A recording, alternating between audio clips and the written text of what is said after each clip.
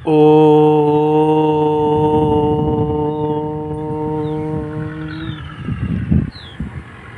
किसी की स्वतंत्र जीवन में दखलदारी कभी भी ठीक नहीं है। यदि वो व्यक्ति से हमें कोई उद्वेग हो रहा हो तब जाके हमें बोलना चाहिए कि भाई हमें तुमसे ये उद्वेग हो रहा है।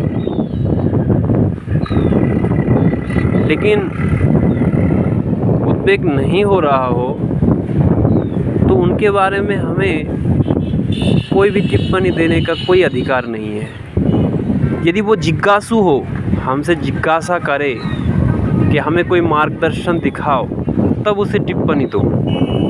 सही ज्ञान जो तुम्हारे नॉलेज में है वो दिया करो।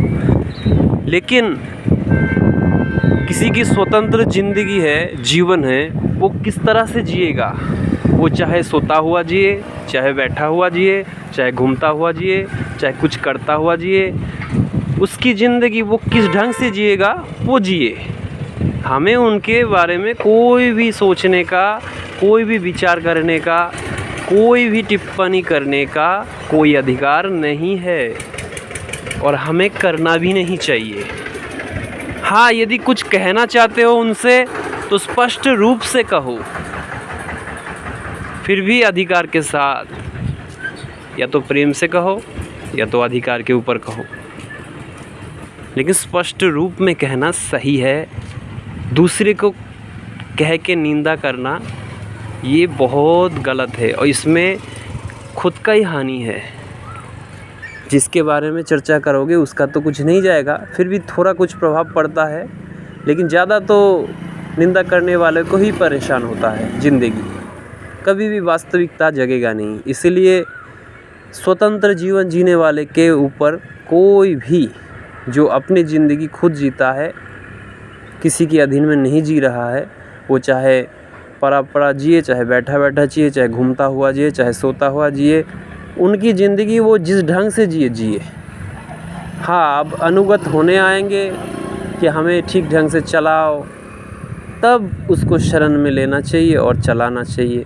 और यदि आपकी उदारता है तो उसकी हेल्प करो, कितना हेल्प कर सकते हो, किस तरह से कर सकते हो, बुद्धि से करो, लेकिन उसको उद्वेग देता हुआ नहीं करना। तुम अपने ऊपर लेता हुआ उसकी हेल्प करो, ये आपकी उदारता है। ठीक है। कुछ लोग करते हैं ऐसे, बेवजह टिप्पणी करेंगे, अरे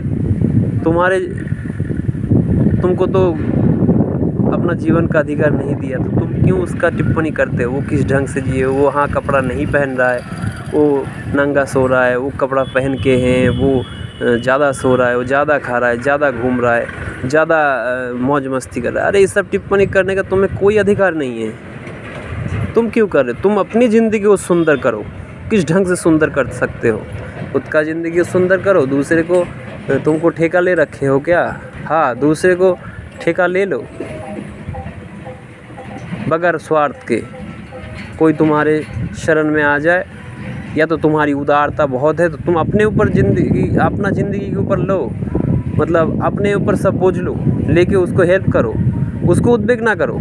तुम अपने तरफ से क्या उसकी मदद करके उसको सुंदर कर सकते हो, सहज में सुंदर कर सकते हो, उसको उद्वेग ना देते हुए, उसको दबाव ना देते हुए, उसके ऊपर टिप्पणी ना करते हुए अपनी उदारता की प्रकाश करो। बोल के, निंदा करके, ज़बरदस्ती कोई कार्य नहीं है, वो कार्य सही नहीं है, वो गलत है।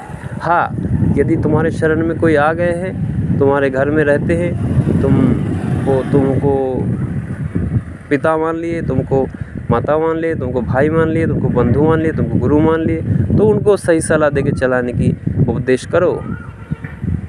नहीं तो ज़बरदस्ती किसी पे थोपो नहीं है, ना किसी की निंदा करो, ना किसी की मजाक उड़ाओ, ना किसी पे हंसो। वो तुम्हारा ज़िंदगी भी बिगड़ता है और जिसकी ऊपर हंसते हो उसकी कान में पड़ता है तो उसको भी थोड़ा परेशानी होता है। इसीलिए क्लियर रहो, किसी को भी निंदा कभी मत करो।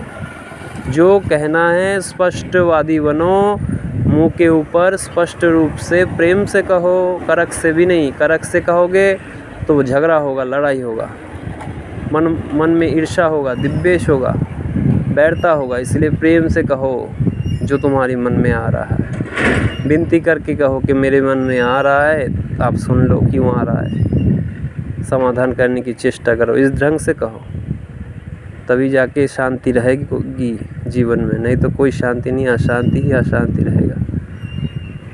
ओम।